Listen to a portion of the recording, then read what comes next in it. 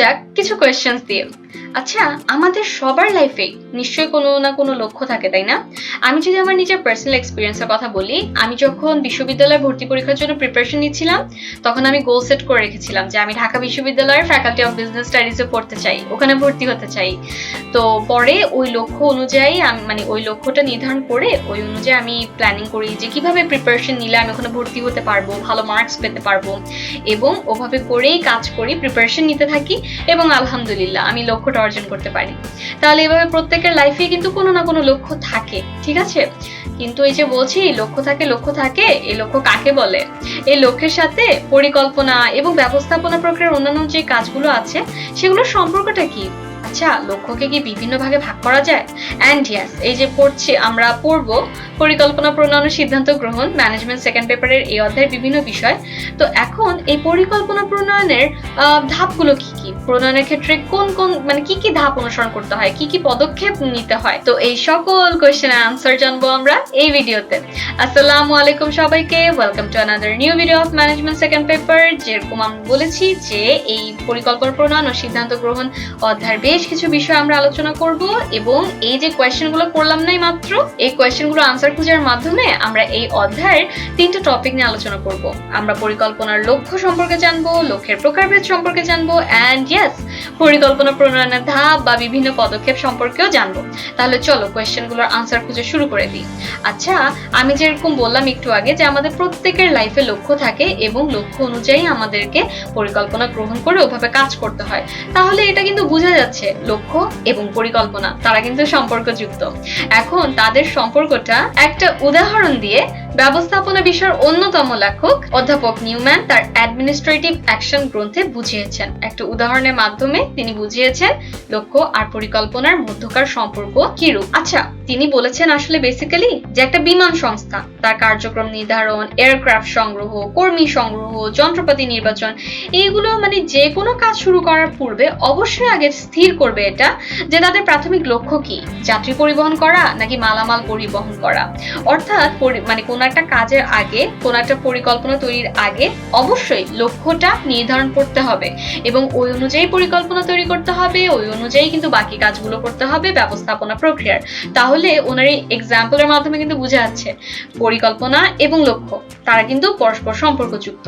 এখন লক্ষ্যের সংজ্ঞাটা দেখলে আরো ক্লিয়ার হয়ে যাবে।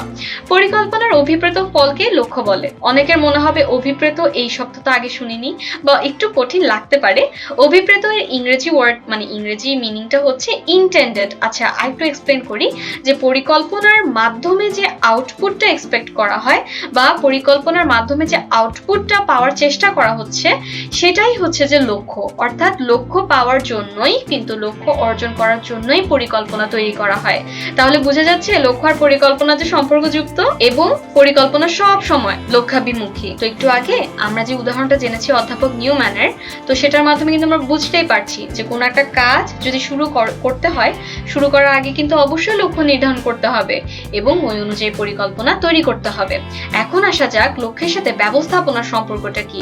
এখন যদি আমরা এই রেখাচিত্রটার দিকে এখন একটু মনোযোগ দিই, তাহলে রেখাচিত্রটার মাধ্যমেই না বুঝে ফেলা যায় যে লক্ষ্যের সাথে পরিকল্পনা এবং ব্যবস্থাপনার বাকি যে কাজগুলো আছে সেগুলোর সম্পর্কটা কি। আচ্ছা, এর আগে ব্যবস্থাপনা প্রক্রিয়া কাকে বলে এটা তো মনে আছে নিশ্চয়ই, তাই না?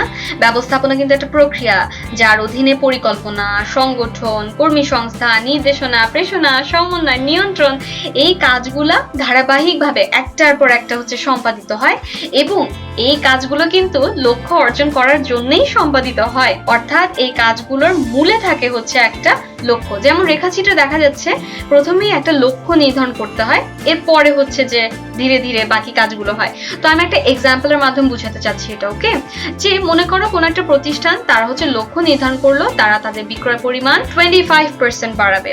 এখন এই যে 25% বৃদ্ধি করবে, তো এইটার জন্য এখন সেভাবে যে তোমার পরিকল্পনা তৈরি করা হবে।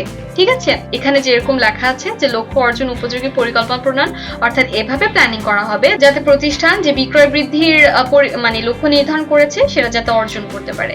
এরপরে লক্ষ্য অর্জন উপযোগী করে উপায় উপকরণ সংগঠিতকরণ, অর্থাৎ ব্যবস্থাপনার যে দ্বিতীয় কাজটা সংগঠন সেইটা করা। ওকে, অর্থাৎ এই যে পরিকল্পনা গ্রহণ করা হলো, পরিকল্পনা এখন বিভিন্ন ধরনের পরিকল্পনা কিন্তু গ্রহণ করতে হবে।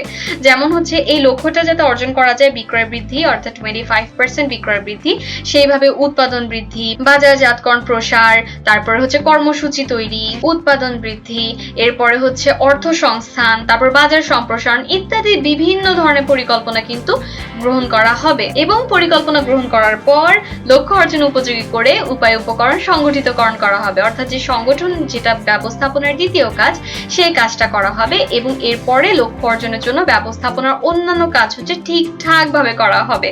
এবং এর ফলে যদি ঠিকঠাক ভাবে করা হয়, কার্যকরভাবে যদি নিশ্চিত করা হয়, পরিকল্পনা অনুযায়ী যদি কাজগুলো করা যায়, তাহলে প্রতিষ্ঠান তার লক্ষ্য অর্জন করতে পারবে। তাহলে বোঝা যাচ্ছে প্রথমে একটা লক্ষ্য নির্ধারণ করে এবং পরে কিন্তু পরিকল্পনা সহ ব্যবস্থাপনার বাকি যে কাজগুলো সেগুলো ঠিকঠাক ভাবে বাস্তবায়নের মাধ্যমে করার মাধ্যমে লক্ষ্য অর্জন করা যায়। তো যদি কোনো লক্ষ্য নাই থাকে তাহলে তো পরিকল্পনা করা যাবে না বা ব্যবস্থাপনার বাকি কাজগুলো করার কথাই আসে না, তাই না বলো? তাহলে এভাবে হচ্ছে লক্ষ্য এবং পরিকল্পনা এবং ব্যবস্থাপনার বাকি যে কাজগুলো সেগুলো কিন্তু পরস্পর সম্পর্কযুক্ত। এবং প্রতিষ্ঠানে যে লক্ষ্য নির্ধারণ করা হয় সেই লক্ষ্যটা যাতে বাস্তবায়ন করা যায় সেই জন্য কিন্তু প্রতিষ্ঠান যে বিভিন্ন বিভাগ থাকে, প্রত্যেকটা বিভাগেই কিন্তু দেখা যায় যে কিছু সাব গোল বা অধিলক্ষ্য নির্ধারণ করা হয় এবং ওই অনুযায়ী পরিকল্পনা গ্রহণ করে অগ্রসর হতে থাকে প্রতিষ্ঠান। এবং এর ফলে দেখা যায় যে লক্ষ্য অর্জন করা সম্ভব হয়। অর্থাৎ লক্ষ্য নির্ধারণ হচ্ছে ব্যবস্থাপনার কাজগুলোর মূল লক্ষ্য বিন্দুতে কিন্তু পরিণত হয়। তাহলে আমি কি বুঝাতে পারলাম যে লক্ষ্যের সাথে পরিকল্পনা এবং ব্যবস্থাপনার বাকি কাজগুলোর সম্পর্কটা কি? তাহলে এখন আশা করি আমি বুঝাতে পেরেছি যে লক্ষ্য কাকে বলে এবং লক্ষ্য, পরিকল্পনা এবং হচ্ছে যে ব্যবস্থাপনার যে বাকি কাজগুলো তাদের মধ্যে সম্পর্কটা কি। আসলে লক্ষ্যই মূল কেন্দ্র বিন্দু হিসেবে কাজ করে এবং এই লক্ষ্যকে মাথায় রেখেই পরিকল্পনা তৈরি করা হয় এবং পরিকল্পনা অনুযায়ী পরিকল্পনা বাস্তবায়নের জন্য ব্যবস্থাপনার বাকি কাজগুলো সম্পাদিত হয়ে থাকে এবং ওগুলো কতটা কার্যকরভাবে করা হয়ে থাকে ওটার উপরেই ডিপেন্ড করে লক্ষ্যটা অর্জন করা সম্ভব হবে কি না প্রতিষ্ঠানের পক্ষে। তাহলে আমরা যদি আমাদের নেক্সট টপিকটায় চলে যাই তাহলে সেটা হচ্ছে যে আমরা এখন জানবো লক্ষ্যের প্রকারভেদ সম্পর্কে। এখন লক্ষ্য এটা হচ্ছে একটা সাধারণ পরিভাষা। এখন দেখা যায় যে পরিকল্পনার ভিন্নতা থাকে এন্ড দ্যাটস ওয়াই লক্ষ্যকেও কিন্তু বিভিন্নভাবে হচ্ছে বিভিন্ন দৃষ্টিকোণ থেকে নামকরণ করতেও দেখা যায় এবং লক্ষ্যকে কিন্তু প্রতিষ্ঠান ভেদে এক এক নামে সম্বোধন করা হয়ে থাকে। তাহলে বিভিন্ন দৃষ্টিকোণ বিচারে আমরা জানবো লক্ষ্যকে কি কি ভাগে আমরা ভাগ করতে পারি। প্রথমে আসি প্রকৃতি বিচারে লক্ষ্যকে কয় ভাগে ভাগ করা যায়। প্রথমটা হচ্ছে উদ্দেশ্য, যাকে ইংরেজিতে বলা হয় অবজেক্টিভস। উদ্দেশ্য হচ্ছে অভিপ্রেত লক্ষ্য যাকে ঘিরে কর্মকাণ্ড পরিচালিত হয়। যেমন যদি একটা এক্সাম্পল দিই, ব্যবসায় প্রতিষ্ঠানের উদ্দেশ্য কিন্তু থাকে মুনাফা অর্জন করা। হ্যাঁ, এখন এটা তো ব্যবসায় প্রতিষ্ঠানের উদ্দেশ্য। একটা পাঠাগার, তারপর শিক্ষা প্রতিষ্ঠান, তারপর হাসপাতাল, এক একটা প্রতিষ্ঠানের কিন্তু উদ্দেশ্য এক এক রকম থাকে। তাহলে এই উদ্দেশ্য বা অবজেক্টিভই কিন্তু অভিপ্রেত লক্ষ্য যাকে ঘিরেই প্রতিষ্ঠানের কাজগুলো হয়ে থাকে এবং সাধারণ উদ্দেশ্যকে বলা হয় ভিশন, অর্থাৎ প্রতিষ্ঠানের যে সাধারণ উদ্দেশ্যটা থাকে সেটাকেই বলা হয় হচ্ছে ভিশন। তারপর নেক্সট হচ্ছে মিশন। মিশন হচ্ছে লক্ষ্যের আরেকটা রূপ। এই ইংরেজি মিশন শব্দের বাংলা অর্থ কি? সাধনা, প্রচেষ্টা, এরকম। তো এই ওয়ার্ডটা আগে ধর্মীয় সাধনার সাথে সম্পর্কযুক্ত মনে করা হতো, কিন্তু এখন সব ধরনের প্রতিষ্ঠানের ক্ষেত্রেই এই শব্দটা ব্যবহার করা যায়। যেমন যদি একটা এক্সাম্পল দেই, যে একটা ব্যাংকের মিশন হতে পারে যে তারা তাদের গ্রাহকদেরকে উন্নত ব্যাংকিং সেবা দিবে, অর্থাৎ তাদের প্রচেষ্টা এটা থাকবে যে তারা তাদের হচ্ছে যে যারা গ্রাহক আছেন তাদেরকে হচ্ছে উন্নত ব্যাংকিং সেবা দিবে। তাই মিশন কিন্তু কর্ম লক্ষ্য বা তাদের কাজের লক্ষ্য হিসেবে বিবেচিত। নেক্সট হচ্ছে সময় লক্ষ্য। এই কনসেপ্টটা বেশ সোজা। এখানে কি লেখা আছে? সময় লক্ষ্য কিন্তু এটাও হচ্ছে কিন্তু লক্ষ্যের একটা গুরুত্বপূর্ণ ধারণা। এটা হচ্ছে কি, যে আমার একটা এক্সাম্পল দেই, কোন একটা নির্মাণ কোম্পানি, ঠিক আছে, বিল্ডিং নির্মাণ করার দায়িত্ব নিয়েছে এবং নির্দিষ্ট করে দেওয়া হয়েছে ওই নির্মাণ কোম্পানিকে যে 2 বছরের মধ্যে তাদেরকে নির্মাণ কাজ শেষ করতে হবে। যদি 2 বছরের মধ্যে কাজ শেষ করতে না পারে তাহলে কন্ট্রাক্ট ক্যান্সেল এবং নির্মাণ প্রতিষ্ঠান তখন ক্ষতিপূরণ তাদেরকে দিতে হবে। তো এই ক্ষেত্রে যে 2 বছরের একটা টাইমলাইন দিয়ে দিয়েছে না তাদেরকে, যে 2 বছরের মধ্যে করতে হবে, নির্মাণ কাজটা করে দিতে হবে, এই 2 বছরটা হচ্ছে সময় লক্ষ্য। অর্থাৎ একটা কাজ কত সময় সময়ের মধ্যে শেষ করতে হবে, এই জিনিসটা নির্ধারণ করাকেই বলা হয় সময় লক্ষ্য। ইজি না? আচ্ছা, নেক্সট হচ্ছে বাজেট লক্ষ্য। বাজেট কথাটা যখনই আমরা শুনি তখনই না আমাদের মাথায় আসে যে সংখ্যা রিলেটেড কিছু একটা হবে। তাহলে প্রতিষ্ঠানের প্রত্যাশিত ফলাফল যখন সংখ্যায় প্রকাশ করা হয় তখন তাকে বলা হয় বাজেট লক্ষ্য। হ্যাঁ, এখন বাজেট বলতে আসলে বুঝায়টা কাকে? প্রতিষ্ঠানের সম্ভাব্য আয় কত হবে, ব্যয় কত হবে, প্রাপ্তি প্রদান, এই জিনিসগুলোকে মানে এই আর্থিক অঙ্কগুলোকেই কিন্তু আমরা সাধারণভাবে বাজেট মনে করি। তবে সেই ক্ষেত্রে বাজেট একটা লক্ষ্য থাকতে পারে, যেমন একটা প্রতিষ্ঠান এই লক্ষ্য নির্ধারণ করতে পারে যে তারা বিগত বছরের তুলনায় এই বছর 25% বেশি মুনাফা অর্জন করবে। ঠিক আছে, তাহলে এইভাবে যখন বাজেটের একটা লক্ষ্য থাকে তখন সেটাকে বলা হয় বাজেট লক্ষ্য। আবার শিক্ষা প্রতিষ্ঠান ধরো এই লক্ষ্য নির্ধারণ করা হলো যে আমরা হচ্ছে এবার বা ওই শিক্ষা প্রতিষ্ঠানে হচ্ছে এবার একাদশ শ্রেণীতে 500 জন শিক্ষার্থী হচ্ছে ভর্তি করানো হবে। তো সেই ক্ষেত্রেও সেটাও কিন্তু বাজেট লক্ষ্য হিসেবেই গণ্য করা যায়, এটাও কিন্তু লক্ষ্য হিসেবে গণ্য। তাহলে আমরা প্রকৃতি বিচারে লক্ষ্যের প্রকারভেদ দেখে নিলাম। উদ্দেশ্যের কথাটা এভাবে মনে রাখবা যে এই উদ্দেশ্য এটা অর্জন করার জন্যই কিন্তু কোন একটা প্রতিষ্ঠান স্থাপন করা হয়। যেমন ব্যবসায় প্রতিষ্ঠানের উদ্দেশ্যই কিন্তু মুনাফা অর্জন করা, এই মুনাফা অর্জন করার জন্যই ব্যবসায় প্রতিষ্ঠানটা কিন্তু গড়ে তোলা হয়েছে, তাই না? এরপরে মিশনের কথাটাও তো বললাম, সময় লক্ষ্য, বাজেট লক্ষ্য। আশা করি এই কনসেপ্টগুলো তোমরা বুঝতে পেরেছো। তাহলে এগুলো মনে রাখার ক্ষেত্রে কিছু যেমন ট্রিক্স যদি আমি বলি, যেমন সময় লক্ষ্য, এখানে হচ্ছে যে সময় নির্ধারণ করে দিবে। ওখানে এক্সাম্পলটা যে নির্মাণ কোম্পানিটাতে দিয়েছি ওভাবে মনে রাখবা। মিশন হচ্ছে যে একটা ব্যাংকের মিশন এটা হতে পারে যে বা তাদের প্রচেষ্টা এটা হতে পারে যে তারা হচ্ছে যে তাদের গ্রাহকদেরকে উন্নত ব্যাংকিং সেবা দিবে, এটা হচ্ছে কর্মলক্ষ্য হিসেবে বিবেচিত হতে পারে। তাহলে এভাবে এক্সাম্পল মনে রাখার মাধ্যমেও কিন্তু আমরা প্রকারভেদগুলো খুব সহজে মনে রাখতে পারি। তাহলে ওটা তো গেল প্রকৃতি বিচারে, এখন আমরা জানবো সাংগঠনিক স্তর বিচারে লক্ষ্যের প্রকারভেদ সম্পর্কে। ওকে, সাংগঠনিক স্তর বিচারে লক্ষ্যকে আমরা 3 ভাগে ভাগ করতে পারি। প্রথমটা হচ্ছে স্ট্র্যাটেজিক লক্ষ্য। আচ্ছা, প্রতিষ্ঠানে কিন্তু বিভিন্ন পদে বিভিন্ন রকমের লোক হচ্ছে কাজ করে, তাই না? কর্মরত থাকে। প্রতিষ্ঠানের ঊর্ধ্বতন নির্বাহীগণ যারা থাকেন তারা প্রতিষ্ঠানের জন্য দীর্ঘমেয়াদী যে লক্ষ্য নির্ধারণ করে দেন তাকে স্ট্র্যাটেজিক লক্ষ্য বলে। এই জিনিসটা মাথায় রাখবা। এখানে হচ্ছে এই লক্ষ্য নির্ধারণের ক্ষেত্রে কারা ইনভলভড? প্রতিষ্ঠানের ঊর্ধ্বতন নির্বাহীরা। যেমন দীর্ঘমেয়াদী লক্ষ্য নির্ধারণ, যেমন আমি যদি একটা এক্সাম্পল দেই যে 5 বছরের মধ্যে ব্যবসায় প্রতিষ্ঠান ঠিক করলো যে ঢাকার বিভিন্ন মার্কেটে তারা তাদের নতুন 3টি শাখা দোকান প্রতিষ্ঠা করবে। ঠিক আছে, তাহলে এটা কিন্তু স্ট্র্যাটেজিক লক্ষ্যের উদাহরণ। নেক্সট হচ্ছে বিভাগীয় বা কৌশলগত লক্ষ্য। এটা হচ্ছে প্রতিষ্ঠানের মধ্য পর্যায়ে যারা ব্যবস্থাপক আছে না, তারা স্ট্র্যাটেজিক লক্ষ্য অর্জনের জন্য বিভাগীয় পর্যায়ে যে লক্ষ্য নির্ধারণ করে তাকেই বলা হয় বিভাগীয় বা কৌশলগত লক্ষ্য। আমরা পড়ছিলাম না ব্যবস্থাপনার স্তর বা পর্যায়ে, উচ্চ পর্যায়ে, মধ্য পর্যায়ে, নিম্ন পর্যায়ে। তো ওখানে মধ্য পর্যায়ে ব্যবস্থাপকগণ স্ট্র্যাটেজিক লক্ষ্য বাস্তবায়নের জন্য বিভিন্ন বিভাগীয় পর্যায়ে যে লক্ষ্য নির্ধারণ করেন তাকেই বলা হয় বিভাগীয় বা কৌশলগত লক্ষ্য। যেমন স্ট্র্যাটেজিক লক্ষ্য নির্ধারণ করা হলো বিক্রয় বৃদ্ধি করা হবে। এখন একটা প্রতিষ্ঠানের উৎপাদন বিভাগ এই স্ট্র্যাটেজিক লক্ষ্য বাস্তবায়ন যাতে করা যায় সেই জন্য হচ্ছে 25% উৎপাদন বৃদ্ধি পরিকল্পনা গ্রহণ করেছে। এটা কিন্তু বিভাগীয় বা কৌশলগত লক্ষ্য হিসেবে বিবেচিত হবে।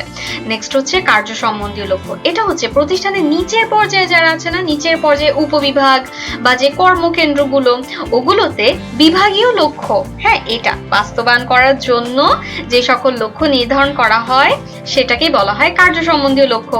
এখন শ্রমঘণ্টার অপচয় যাতে রোধ করা যায় এই জন্য যন্ত্রপাতি রক্ষণাবেক্ষণ বিভাগ লক্ষ্য নির্ধারণ করেছে যে কোনো মেশিনে ত্রুটি দেখা দেওয়ার 2 ঘন্টার মধ্যেই যেন অবশ্যই সেটা মেরামত করা হয়, অর্থাৎ অবশ্যই মেরামত করা হবে।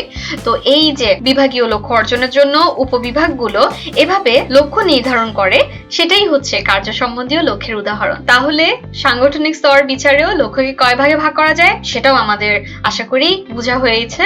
এখন আমরা লাস্ট যে টপিকটা পড়বো সেটা হচ্ছে পরিকল্পনা প্রণয়ন করার ক্ষেত্রে কোন কোন ধাপ অনুসরণ করতে হয় সেটা সম্পর্কে। এখন আমরা তো ইতিমধ্যে জেনেই গিয়েছি পরিকল্পনা ব্যবস্থাপনার সবচেয়ে গুরুত্বপূর্ণ কাজ, একদম প্রথম এবং প্রধান কাজ, এবং পরিকল্পনা অন্যান্য কাজগুলোর বেসমেন্ট বা ভিত্তি হিসেবে কাজ করে। পরিকল্পনায় যদি কোনো ভুল থেকে থাকে এইটা কিন্তু পরবর্তীতে পুরা সবগুলো কাজে একটা খারাপ প্রভাব ফেলে। এবং এরকম না যে পরিকল্পনা আমার যা মন চায় আমি তাই পরিকল্পনা হিসেবে নির্ধারণ করলাম, তা না। অবশ্যই আমার বিজ্ঞানসম্মত উপায় ধারাবাহিক কাজের মাধ্যমেই কিন্তু পরিকল্পনাটা আমার প্রণয়ন করতে হয়। এখন পরিকল্পনার ব্যাপ্তি বা পরিকল্পনার যে এফেক্টটা, ইম্প্যাক্টটা, সেটা কিন্তু পুরো প্রতিষ্ঠানের সব কাজেই কিন্তু পড়ে। তো এই জন্য কিন্তু যারা উচ্চ পর্যায়ে যারা আছে ব্যবস্থাপকগণ, তাদের অনেক চিন্তা ভাবনা করা দরকার পড়ে, অনেক বিচার বিশ্লেষণ করা দরকার পড়ে, এবং এই বিচার বিশ্লেষণ, চিন্তা ভাবনা এর মাধ্যমে তারা দীর্ঘমেয়াদী এবং মধ্যমেয়াদী পরিকল্পনা প্রণয়ন করে থাকেন। এবং মধ্য এবং নিম্ন পর্যায়ে যে ব্যবস্থাপকরা থাকে তাদের আসলে কাজ হচ্ছে এই যে উচ্চ পর্যায়ে যে পরিকল্পনা প্রণয়ন করা হলো সেটা যাতে বাস্তবায়ন করা যায়, সেই জন্য উচ্চ পর্যায়ে কর্তৃক গৃহীত পরিকল্পনার আলোকে বিভাগীয় এবং কার্যভিত্তিক পরিকল্পনা নেওয়া এবং ব্যবস্থাপনার অন্যান্য কাজগুলো করা। তো সেই ক্ষেত্রে দেখা যায় কি যে যেহেতু তারা উচ্চ পর্যায়ের ব্যবস্থাপকগণ যারা আছে তাদের পরিকল্পনাটাই বাস্তবায়নের জন্য কাজ করে থাকে, তাদের তেমন একটা বিচার বিশ্লেষণের দরকার পড়ে না। বাট স্টিল কার্যকর পরিকল্পনা প্রণয়নের ক্ষেত্রে এই ধাপগুলো কিন্তু অনুসরণ করতে হয়। একে একে আমরা এখন জানবো। তাহলে পরিকল্পনা প্রণয়নের ধাপগুলোর ক্ষেত্রে একদম ফার্স্টে আসে ভবিষ্যৎ মূল্যায়ন। ভবিষ্যৎ মূল্যায়ন কাকে বলে?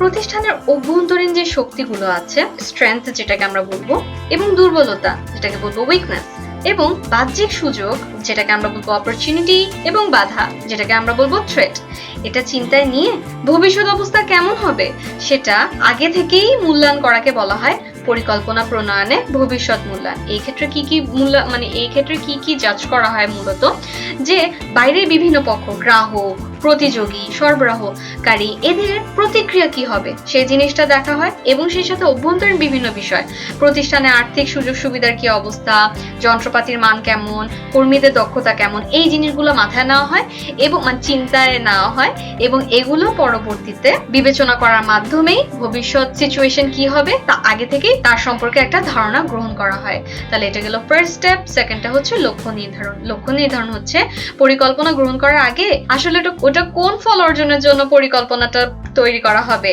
সেটা আগে থেকে নির্ধারণ করাকেই বলা হয় লক্ষ্য নির্ধারণ। যেমন আমি একদম শুরুতে আমার পার্সোনাল এক্সপিরিয়েন্সের কথা যখন বলেছিলাম যে আমি লক্ষ্য নির্ধারণ করেছিলাম যে আমি ঢাকা ইউনিভার্সিটিতে ফ্যাকাল্টি অফ বিজনেস স্টাডিজে ভর্তি হতে চাই, তাহলে চিন্তা করো যে ওই লক্ষ্যটা অর্জন করার জন্যই কিন্তু, ওই ফলটা অর্জন করার জন্যই কিন্তু আমি পরিকল্পনাটা তৈরি করে পরিকল্পনাগুলো গ্রহণ করেছিলাম। তাহলে পরিকল্পনা গ্রহণের পূর্বে কোন ফল অর্জনের জন্য এটা পরিকল্পনাটা তৈরি করা হবে সেটা নির্ধারণ করাকেই বলা হয় লক্ষ্য নির্ধারণ। এবং এই ক্ষেত্রে কিন্তু প্রতিষ্ঠান বাস্তব অবস্থা এবং ভবিষ্যতে কি ধরনের সুযোগ সুবিধা ভোগ করবে এই লক্ষ্য বাস্তবায়নকালে, তো সেগুলো সম্পর্কে আগে থেকেই ধারণা গ্রহণ করে ওই আলোকেই কিন্তু মৌলিক একটা লক্ষ্য নির্ধারণ করে, এবং ওই অনুযায়ী কিন্তু বিভাগ, উপবিভাগের লক্ষ্য বা অধিলক্ষ্য কিন্তু নির্ধারণ করা হয়। একটা এক্সাম্পল দেই, একটা প্রতিষ্ঠান চিন্তা করছে তাদের উৎপাদন আগের বছরের তুলনায় এই বছর 10% বৃদ্ধি করবে। এখন ওই আলোকেই কিন্তু বিভিন্ন বিভাগের লক্ষ্য কি হবে সেটা নির্ধারণ করতে হবে, এবং লক্ষ্যগুলো কিন্তু খুবই স্পেসিফিক হওয়া উচিত এবং সেই সাথে সমন্বিত হওয়া উচিত। নেক্সট হচ্ছে বিকল্প স্থিরকরণ। বিকল্প স্থিরকরণ হচ্ছে কি যে প্রতিষ্ঠানে যারা পরিকল্পনা তৈরি করছে তারা যেই ধরনের সিচুয়েশন এক্সপেক্ট করছে যে হবে, তারা প্রতিষ্ঠান ফেস করবে লক্ষ্য অর্জনের ক্ষেত্রে, তো অনুমিত অবস্থার মধ্য দিয়ে কিভাবে লক্ষ্যে পৌঁছানো যাবে এই জন্য বিভিন্ন ধরনের বিকল্প কার্যপদ্ধতি দাঁড় করানোর কাজকেই বলা হয় পরিকল্পনার বিকল্প স্থিরকরণ। একটা এক্সাম্পল দিই, কোনো একটা প্রতিষ্ঠান দেখলো যে তারা ভবিষ্যতে কি ধরনের সিচুয়েশন হতে পারে এই জিনিসগুলোর মূল্যায়ন করে তারপর যে বিভিন্ন তথ্য তারা বিশ্লেষণ করে দেখলো যে ভবিষ্যতে তাদের কোনো একটা প্রোডাক্টের চাহিদা অনেক বেশি বাড়তে পারে। এখন এই প্রোডাক্টটা যাতে বেশি সেল হয়, অর্থাৎ তাদের প্রোডাক্টটাই যাতে মানুষ নেয়, এই জন্য তারা কি করতে পারে? তারা কি এটার জন্য মূল্য কমিয়ে দিবে পণ্যের, নাকি তাদের পণ্যের কোয়ালিটি আরো বেশি ভালো করবে, নাকি কি করবে? তো এভাবে একাধিক বিকল্প কিন্তু প্রতিষ্ঠান চিন্তা করতে পারে এবং স্থির করতে পারে। এবং বিকল্পের সংখ্যা যদি অনেক বেশি হয়ে যায় তাহলে যেগুলো একদম দুর্বল অল্টারনেটিভ, অর্থাৎ যে বিকল্পটা যদি গ্রহণ করা হয় পরিকল্পনা হিসেবে সেটা তেমন একটা কার্যকর হবেই না, হওয়ার চান্স খুবই কম সাকসেসফুল হওয়ার, তাহলে সেগুলোকে হচ্ছে যে বাদ দিয়ে যেগুলো শক্তিশালী বিকল্প সমূহ সেগুলো হচ্ছে স্থিরকরণ বা নির্দিষ্ট করবে।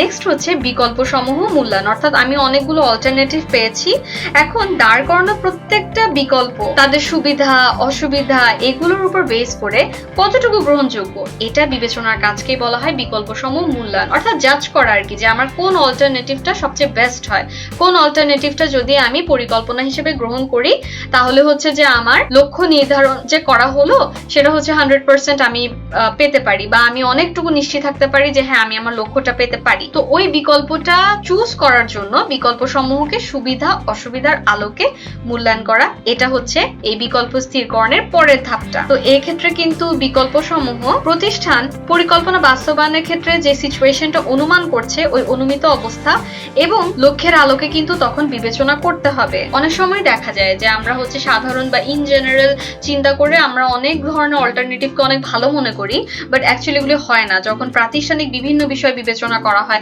যেমন আমি যদি আমার উৎপাদন অনেক বেশি বাড়ায় ফেলি তাহলে আমি যে লক্ষ্যটা নির্ধারণ করছি সেটা আমি অর্জন করতে পারবো, কিন্তু এই যে উৎপাদন বৃদ্ধিটা করব আমি, এই উৎপাদনটা করার জন্য যে লোকবল লাগবে সেটা আমার নেই। তো এই প্রাতিষ্ঠানিক বিষয় এসে তো তখন আমার এই বিকল্পটা তখন আমি গ্রহণ করতে পারবো না, কারণ আমার তো এই ক্যাপাবিলিটি নাই প্রতিষ্ঠানের।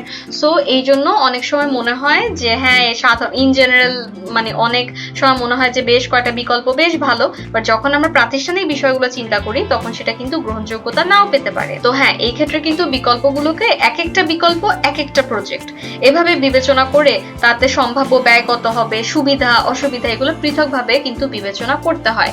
আর লাস্ট যখন আমি জাজ করে ফেললাম এরপরে যেটা বেস্ট হয়, অর্থাৎ বিকল্প সমূহ মূল্যায়নের পর প্রতিষ্ঠানের বাস্তবতার আলোকে কার্যকর বিকল্পটি খুঁজে বের করা, সবচেয়ে বেস্ট যে বিকল্পটা সেটাকে খুঁজে বের করাকেই বলা হয় সর্বোত্তম বিকল্প গ্রহণ। এখন মনে করো কোনো একটা প্রোডাক্টের তোমার হচ্ছে যে বিক্রয় বাড়ানোর জন্য বাড়ানোর লক্ষ্য নির্ধারণ করলো আর কি প্রতিষ্ঠান। এখন এই ক্ষেত্রে প্রতিষ্ঠান ভাবলো যে আচ্ছা ঠিক আছে আমি মূল্য কমাবো না, আমি হচ্ছে বিজ্ঞাপন বাড়িয়ে দিব। তো এটাও কিন্তু সর্বোত্তম বিকল্প হতে পারে, এবং এই যে বিকল্পটা গ্রহণ করলো এটাই কিন্তু মৌলিক পরিকল্পনা হিসেবে গ্রহণ করা হবে এবং এটাকেই পূর্ণাঙ্গ পরিকল্পনা হিসেবে পরবর্তীতে রূপায়িত করা হয়ে থাকে। অর্থাৎ এটাই তখন যেটা একদম বেস্ট বিকল্প হয়, এটাকেই পরবর্তীতে প্রতিষ্ঠানের মূল লক্ষ্য হিসেবে গ্রহণ করা হয় এবং ওই অনুযায়ী বাকি যে বিভাগ উপবিভাগ আছে সেগুলোতে লক্ষ্য নির্ধারণ করা হয় বা অধিলক্ষ্য নির্ধারণ করা হয়। আর লাস্ট হচ্ছে সহায়ক পরিকল্পনা প্রণয়ন, এটাও হচ্ছে একটা ধাপ, যে মৌলিক পরিকল্পনা যাতে বাস্তবায়ন করা যায় সেটার জন্য কিন্তু কোনো সহায়ক বা সহযোগী ভিন্ন পরিকল্পনা যদি না হয় সেটাকে বলা হয় সহায়ক পরিকল্পনা প্রণয়ন। সহায়ক কথাটা শুনলে কিন্তু আমাদের মনে হয় যে হেল্প রিলেটেড কিছু একটা, তাই না? অর্থাৎ আমার যে মৌলিক পরিকল্পনা আছে সেটা যাতে বাস্তবায়ন করা যায় এই জন্য সহায়ক ভিন্ন পরিকল্পনা যদি না হয় সেটাকেই বলা হয় সহায়ক পরিকল্পনা প্রণয়ন। এখন অনেক সময় কিন্তু দরকার পড়ে, যেমন মনে করো একটা বিমান কোম্পানি তারা হচ্ছে পরিকল্পনা গ্রহণ করেছে, তারা কটা নতুন বিমান হচ্ছে ক্রয় করবে। এখন এই পরিকল্পনাটা যাতে বাস্তবায়ন করা যায় এই জন্য কিন্তু কিছু সহায়ক পরিকল্পনাও কিন্তু গ্রহণ করতে হবে, যেমন ক্রু সংগ্রহ করতে হবে, তাদের প্রশিক্ষণ দিতে হবে, মেরামত আর রক্ষণাবেক্ষণ সুবিধা সৃষ্টি করতে হবে, এই সকল পরিকল্পনাও কিন্তু তখন গ্রহণ করতে হবে, তাই না? তাহলে এভাবেই হচ্ছে পরিকল্পনা প্রণয়নের ক্ষেত্রে আমরা এই ধাপগুলো নিয়ে থাকি। কিন্তু এখানে একটা কথা আছে যে যেগুলো হচ্ছে স্থায়ী পরিকল্পনা থাকে, মানে যেগুলোর ইম্প্যাক্ট অনেক দিন পর্যন্ত থাকবে, প্রভাব অনেক দিন পর্যন্ত থাকবে, বা নিয়মতান্ত্রিক পরিকল্পনা যদি আমরা বলে থাকি, তো নিয়মতান্ত্রিক এবং স্থায়ী পরিকল্পনার ক্ষেত্রে এই ধারাবাহিক পদক্ষেপগুলো হচ্ছে খুবই এফেক্টিভ। কিন্তু মাঝে মধ্যে এরকম হয় না যে জরুরি প্রয়োজনে মানে সাথে সাথে হচ্ছে একটা প্ল্যানিং করা লাগলো বা পরিকল্পনা গ্রহণ করা লাগলো, বা হচ্ছে যে তোমার একার্থক পরিকল্পনা, এই সকল ক্ষেত্রে না সবসময় অনুসরণ করা যায় না এই ধাপগুলো। তবে হ্যাঁ এই প্রক্রিয়া যদি অনুসরণ করা হয় তাহলে অনেক বড় চান্স আছে কার্যকর পরিকল্পনা প্রণয়ন করার এবং প্রতিষ্ঠানের লক্ষ্য অর্জন করার। তাহলে এই ছিল আমাদের এই চ্যাপ্টারের আরো 3টা বিষয়। আশা করি এখন আমরা জানি পরিকল্পনা প্রণয়নের সময় কি কি ধাপ বা কি কি পদক্ষেপ গ্রহণ করতে হয়। আমরা জানি লক্ষ্য কাকে বলে, লক্ষ্যের সাথে ব্যবস্থাপনা আর পরিকল্পনার মানে ব্যবস্থাপনা প্রক্রিয়ার অন্যান্য কাজ, পরিকল্পনার সম্পর্ক কি, আর সেই সাথে আমরা জানি যে লক্ষ্যের প্রকারভেদ সম্পর্কে। আশা করি যতগুলো কোয়েশ্চেন করেছিলাম ভিডিওর শুরুতে ওগুলোর সবগুলোর অ্যান্সার পাওয়া গিয়েছে। এখন আমি একটা কোয়েশ্চেন দিয়ে শেষ করি, দেখি কয়জন এটা কারেক্ট অ্যান্সার দিতে পারে। তাহলে পরিকল্পনা প্রণয়নের ধাপ অনুসারে একটু আগে যে পড়লাম, এইমাত্রই যে পড়লাম, তো ওই ধাপ অনুসারে লক্ষ্য নির্ধারণ পরবর্তী অর্থাৎ লক্ষ্য নির্ধারণ করার পরের ধাপটা কোনটা? বিকল্প স্থিরকরণ, নাকি ভবিষ্যৎ মূল্যায়ন, নাকি সর্বোত্তম বিকল্প গ্রহণ? যারা যারা এই ধাপগুলি বুঝেছো যে পরিকল্পনা প্রণয়ন করতে হলে কোন পদক্ষেপের পর কোন পদক্ষেপ নিতে হয়, তাদের কিন্তু এটা পারার কথা। তাহলে যাদের মনে হচ্ছে সর্বোত্তম বিকল্প গ্রহণ হবে অ্যান্সার, অর্থাৎ লক্ষ্য নির্ধারণ করে এরপরে সর্বোত্তম বিকল্প গ্রহণটা করতে হয়, তাদের অ্যান্সার কারেক্ট না, রং। যাদের মনে হয় লক্ষ্য নির্ধারণ করার পরে নেক্সট ধাপ হচ্ছে ভবিষ্যৎ মূল্যায়ন করা, নো, তাদের অ্যান্সার রং। এবং যাদের অ্যান্সার হচ্ছে লক্ষ্য নির্ধারণ করার পরে বিকল্পগুলো স্থিরকরণ করা লাগে, যে আমার কি কি অল্টারনেটিভস গুলো আছে সেই জিনিসগুলো দেখা লাগে বা ঠিক করা লাগে, তাদের অ্যান্সার হচ্ছে একদম কারেক্ট।